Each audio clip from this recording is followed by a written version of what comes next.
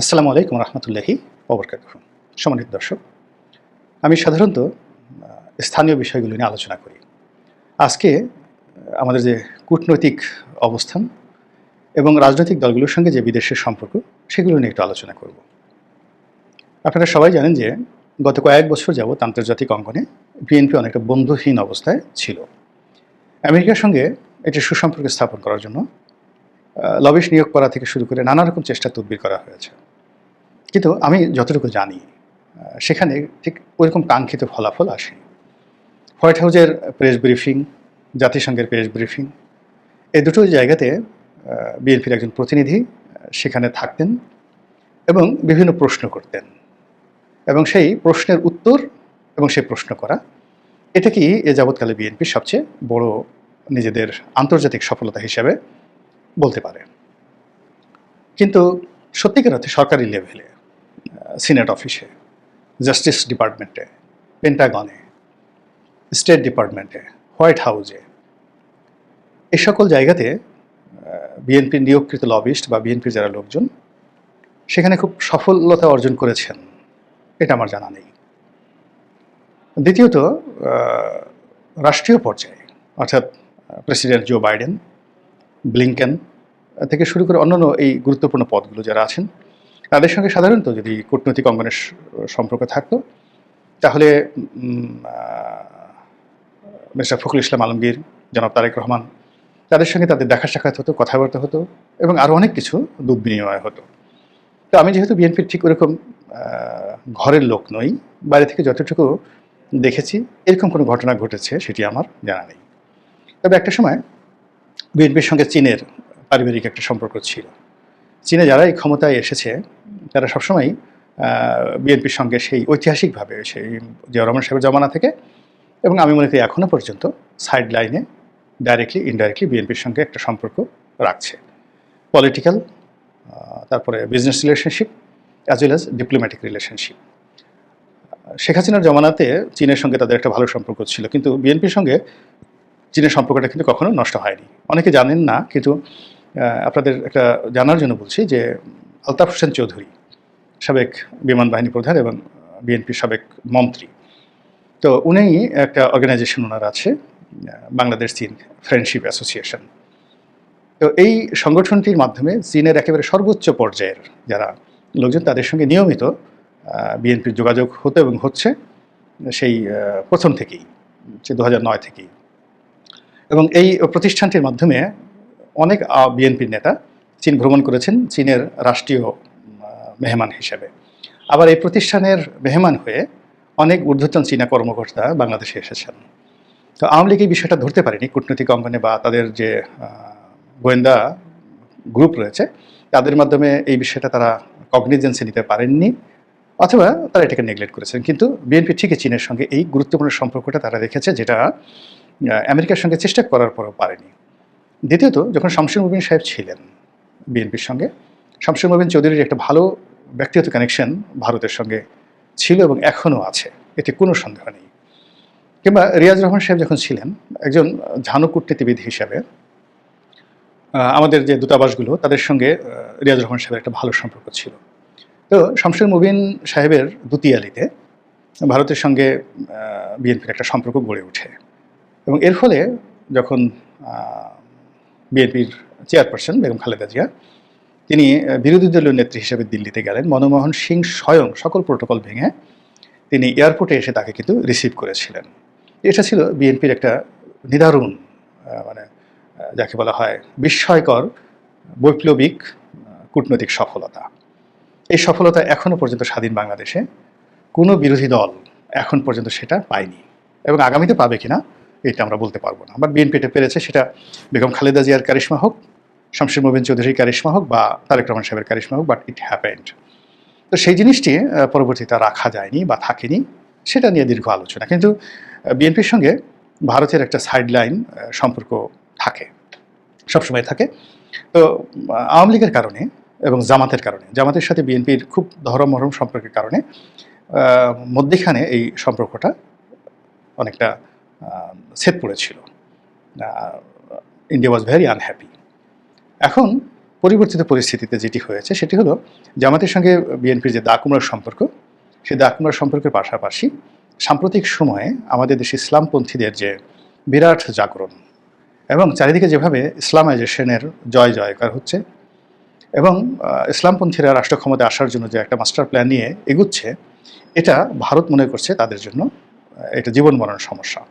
বাংলাদেশে যদি তালিবানি টাইপের একটি সরকার প্রতিষ্ঠিত হয়ে যায় বা এরদোয়ান টাইপের একটি সরকার প্রতিষ্ঠিত হয়ে যায়, সেক্ষেত্রে ভারতের যে সেভেন সিস্টার্স, আগামী 1 বছরের মধ্যে সেভেন সিস্টার্সের কয়টা যে স্বাধীন হয় তার কোনো নামগন্ধ আমরা এখন, তার কোনো ইয়াত্তা আমরা এখন পর্যন্ত করতে পারবো না। তো ভারত যে কোনো কারণে হোক এখন বিএনপির সঙ্গে সম্পর্ক করার জন্য মরিয়া হয়ে পড়েছে। এই কারণ হলো তারা বুঝতে পেরেছে যে আওয়ামী লীগের সঙ্গে তাদের যে অতিরিক্ত দহরম মহরম, এটি মূলত তাদের কোনো ভালো পরিণতি ডেকে আনেনি। 2 নম্বর হলো যে এখন আওয়ামী লীগকে কোলে নিয়ে বসে থাকা, শেখ হাসিনাকে আবার বাংলাদেশে আনা, আবার একটা পাপের সরকার তৈরি করা, এটি ভারতের জন্য অনেকটা সুয়ের পেছন দিয়ে উট ঢোকানোর মতো যে অসম্ভব বিষয় আমরা বলি প্রবাদ প্রবচনে, ঠিক সেরকমই ঘটনা। তো যাই হোক, এই জন্য তারা বিকল্প খুঁজছে। এখন ভারত যে বিকল্প খুঁজছে সেই বিকল্প তো ডক্টর ইউনূস হবেন না, কিংবা সমন্বয়কদের আছেন তারা হবেন না, জাতীয় পার্টি হবেন না। জাতীয় পার্টিকে অবশ্যই বিএনপির সঙ্গে অ্যাড করে দেওয়া হবে, তো ওটা পরে আসছি। এখানে আমার কাছে যেটা মনে হচ্ছে সেটি হলো যে সাম্প্রতিক সময় বিএনপির সঙ্গে ভারতের যে বৈঠক, প্রকাশ্যে কিছু বৈঠক হয়েছে এবং গোপনে কিছু বৈঠক হয়েছে এবং একটি স্ট্রং নেটওয়ার্ক আছে বিএনপির মধ্যে, যাদেরকে ভারতপন্থী বলা হয়। তো এর মধ্যে যেমন গয়েশ্বর রায়কে সবাই বলে যেটা এই দাদা ভারতপন্থী লোক, ভারতের একেবারে খুব ঘনিষ্ঠ রয়্যাল লোক গয়েশ্বর রায়। আমির খুসরো মাহমুদ চৌধুরী, তাকেও ভারতের রয়্যাল লোক বলা হয়। তারপরে মিস্টার টুকু, ইকবাল মাহমুদ টুকু, তো তিনি তো একেবারে রয়ের পকেটের লোক। এইভাবে কিন্তু দলের মধ্যে ঠাট্টা হয়, মস্করা হয়, পক্ষে বিপক্ষে কথাবার্তা হয়। আমি সত্য মিথ্যা জানি না, আমি শুধুমাত্র কথাগুলো বললাম। আবার আমেরিকা, সেই মিস্টার পিটার ডিহাস তার নিজের মুখের কথা, মানে বিএনপির এই যে ভারতমুখী, ভারতের সাথে সম্পর্ক করার যে চেষ্টা, এটা আমেরিকা কখনোই স্বাভাবিকভাবে নিতে পারেনি এবং তারা বিএনপিকে বন্ধু হিসেবে গ্রহণ করেনি। তো এই কারণে তাদের অভিমান ছিল এবং এর মধ্যেই এই অলৌকিকভাবে আমাদের যে ডক্টর মোহাম্মদ ইউনূসের ক্ষমতা লাভ, সমন্বয়কদের উত্থান, শেখ হাসিনার পলায়নে, পুরো জিনিসটা আসলে ডক্টর মোহাম্মদ ইউনূস বলার চেষ্টা করেছেন যে ইট ইস ওয়েল প্ল্যান্ড, ওয়েল ডিজাইনড এবং এটার পিছনে অনেক শ্রম আছে, অনেক মেধা আছে, অনেক মাস্টার মাইন্ড আছে। It's all are fake. কোনো মাস্টার মাইন্ড ছিল না, কোনো রকম ওয়েল ডিজাইন ছিল না, এর সঙ্গে আমেরিকার কোনো রকম কিছু ছিল না। It happen just a accident, just an accident. এটা যদি এই ঘটনার জন্য কাউকে আপনি যাকে বলা হয় পুরস্কৃত করতে চান এই গণ অভ্যুত্থানের জন্য, 1 নম্বরে পুরস্কৃত করবেন শেখ হাসিনার মানে মুখ, ঠোঁট, আমরা যেটাকে বলে থুতনি আঞ্চলিক ভাষায়, তো তার চোপা, এটাকে আপনাকে 1 নম্বর ধন্যবাদ দিতে হবে যে শেখ হাসিনার মুখ, থুতনি, চোপা। 3 নম্বর হলো শেখ হাসিনার অহংবোধ 2 নম্বরে। আর আরেকজন লোক বিচারপতি জাস্টিস মানিক, তাকেও আপনাকে পুরস্কার করতে হবে, কারণ এই ভদ্রলোক কয়েকটি টকশোতে গিয়ে তিনি শেখ হাসিনার ল্যাঙ্গুয়েজটিকে ম্যাটারালাইজ করেছেন, অর্থাৎ শেখ হাসিনা যে রাজাকারের বাচ্চা বলে গালি দিয়েছেন, এই গালিটিতে তিনি ঘি ঢেলে এসেছেন। এবং তার পরপর 2টো টকশো, এটিএন নিউজ একটা টকশো, এটা আমার সাথে হয়েছিল, আরেকটা টকশো আমার সঙ্গে হয়েছিল, সেটা ছিল চ্যানেল আইতে। এই 2টো টকশো আন্দোলনের মাঠে রীতিমতো পেট্রোল ঢেলে দিয়েছিল। তো এই সমস্ত কারণে একটার পর একটা ঘটনা ঘটেছে আন্দোলনের মাঠে। এবং আন্দোলনের মাঠে এই ঘটনা যখন ঘটেছিল তখন বিএনপি, জামাত, অন্যান্য সরকার বিরোধী রাজনৈতিক দল, তারা তো গত 10 বছর যাবৎ সরকারকে ফাঁদে ফেলার জন্য, বিপদে ফেলার জন্য নানা রকম প্ল্যান করেছে, পরিকল্পনা করেছে, তাদের লজিস্টিক সাপোর্ট ছিল, তারপর প্রিপারেশন ছিল, প্ল্যান ছিল, তারা সুযোগ পাচ্ছিল না। তো যখন এরকম একটা বিরূপ পরিস্থিতির সৃষ্টি হলো, তারা তাদের সর্বশক্তি নিয়োগ করে এই যে মাঠে একটা বিপ্লব, এই বিপ্লবটিকে তারা শক্তিশালী করলো এবং বিপ্লব হয়ে গেল। এবং বিপ্লব হয়ে যাওয়ার পরে যারা বিপ্লবের সফলতার দাবিদার, তাদের জন্য সেই বিখ্যাত একটা গল্প, সেই বিখ্যাত গল্প সেটি হলো যে এক লোক সেই বিরাট একটা মানে গর্ত, সেটা পার হতে হবে। তো পার হতে হবে, কিন্তু এটা প্রথমত গর্তটা বড়, দ্বিতীয়ত এই গর্তের মধ্যে অনেকগুলো কুমির আছে।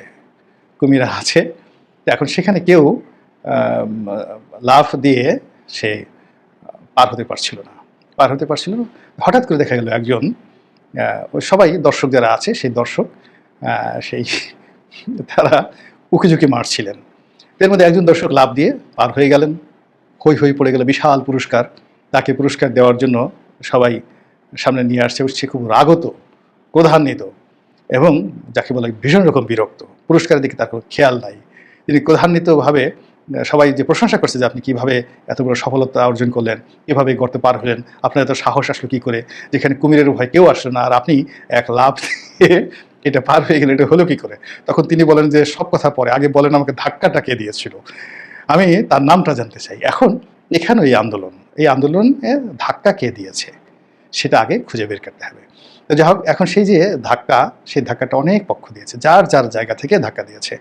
একটা রিক্সাওয়ালা, কুলি, মজুর, মোটু মানে মুটে, যার যার যতটুকু ক্ষমতা ছিল, একজন সেলুনের যিনি নরসুন্দর, সেখান থেকে শুরু করে রাস্তার যে ঝাড়ুদার, তারা যার যার অবস্থান থেকে কিন্তু দায়িত্ব এবং কর্তব্য পালন করেছেন, ফলে এরকম একটা বিজয় হয়েছে। তো কাজেই এখন যারা সমন্বয়ক আছেন বা যারা উপদেষ্টা আছেন, তারা সবাই এটা হলো কী করে, ধাক্কাটা কে দিল, এই চিন্তা যেভাবে করছেন, আবার লোকজন তাদেরকে তালি বাজাচ্ছেন, সেই তালিরও তাদের জবাব দিতে হচ্ছে। কিন্তু ঘটনা কিন্তু ঘটনার মতোই ঘটে চলছে। তো যেটা বলছিলাম সেটা হলো, কূটনৈতিক অঙ্গনে ভারত যেহেতু জানো খেলোয়াড়, এবং তাদেরকে যোগ্য সঙ্গী এবং সাথী লাগবে। আগামীতে যারাই ক্ষমতায় আসুক, তারা কোনো অবস্থাতে এখন যারা আছেন তাদেরকে পার্মানেন্টলি তাদের সাথে সম্পর্ক যে স্থাপন করা যাবে না, এটা ভারত বুঝে গেছেন ডক্টর মোহাম্মদ ইউনূসের 24 ঘন্টার মুভমেন্টের মধ্যে। এবং আপনারা লিখে রাখেন এই কথাটি যে ডক্টর মোহাম্মদ ইউনূস কতদিন ওনার ভাগ্যে এই রাষ্ট্র ক্ষমতা আছেন, কতদিন থাকবেন আমি জানি না, কয় সপ্তাহ থাকবেন আমি জানি না, তবে তার সঙ্গে ভারতের সম্পর্ক কোনো অবস্থাতে স্বাভাবিক হবে না। 2 নম্বর হলো যে ভারত বুঝে গেছে যে আওয়ামী লীগকে রাতারাতি ক্ষমতায় ফিরিয়ে আনা সম্ভব নয়, সুদীর্ঘকাল অপেক্ষা করতে হবে। আর এই মুহূর্তে তাদের কাছে সবচেয়ে আকর্ষণীয় যে রাজনৈতিক দল, সেই দলটি হলো বিএনপি। এবং বিএনপিকে লজিস্টিক সাপোর্ট দেওয়ার জন্য তাদের যে ছোট ছোট দলগুলো রয়েছে, যেমন জাতীয় পার্টি আছে, হাসানুল হক ইনুর দল আছে, রাশেদ খান মেননের দল আছে, দেখা গেল কতগুলো পরিচিত মুখ বাদ দিয়ে তাদের কমিউনিস্ট পার্টি আছে, বাসদ আছে, তারপরে জাসদ যে আরেকটা গ্রুপ আছে, ইনু সাহেবের যে উল্টো আরেকটা গ্রুপ আছে, শরীফ নুরুল আম্বিয়া, সেই গ্রুপগুলো আছে, তাদের সঙ্গে কিন্তু ভারতের সম্পর্ক ভালো। তো কাজেই বিএনপিকে লজিস্টিক সাপোর্ট দেওয়ার জন্য রাজনীতির যে মঞ্চ, সেই মঞ্চ তৈরি হচ্ছে, এবং ভারত তাদের সেই পুরনো বন্ধু বিএনপি, তাদের সঙ্গে আবার সম্পর্কটা স্থাপন করার জন্য চেষ্টা করে যাচ্ছে। এবং এটি কোনো অলৌকিক গল্প নয়, স্বয়ং শেখ হাসিনা বলেছিলেন যে 2001 সনে ভারতই তাকে ক্ষমতা থেকে তাকে তাড়িয়েছে। এবং এইবারের যে ঘটনা, বাংলাদেশ থেকে তার ভারতে পালিয়ে যাওয়া, এটার জন্য অনেকে ভারতকে দায়ী করেন যে ভারত যদি না চাইতেও তাহলে হয়তো শেখ হাসিনা থাকতে পারতো, রক্তারক্তি হতো, কিন্তু শেখ হাসিনা থাকতে পারতো। কিন্তু ভারত এই দেশে তাদের বিনিয়োগ এবং ভবিষ্যতের রাজনীতি এবং স্থিতিশীলতা, এর জন্য শেখ হাসিনাকে সরিয়ে নেওয়াটাই তার উত্তম মনে করেছে, এবং তারা জাস্ট উপরে দিদি দিদি বলে নিচে কেটে আচ্ছা মতো মলম লাগিয়ে দিয়েছে। তো এই অবস্থায় বিএনপির জন্য যে সৌভাগ্যের একটা দ্বার উন্মোচিত হয়েছে, কূটনীতির একটা নতুন দ্বার উন্মোচিত হয়েছে, এটি বিএনপি কীভাবে কাজে লাগায় সেটাই এখন দেখার বিষয়। আল্লাহ আমাদের সবাইকে হিদায়াত দান করুন এবং হেফাজত করুন। আসসালামু আলাইকুম ওয়া রাহমাতুল্লাহি ওয়া বারাকাতুহু।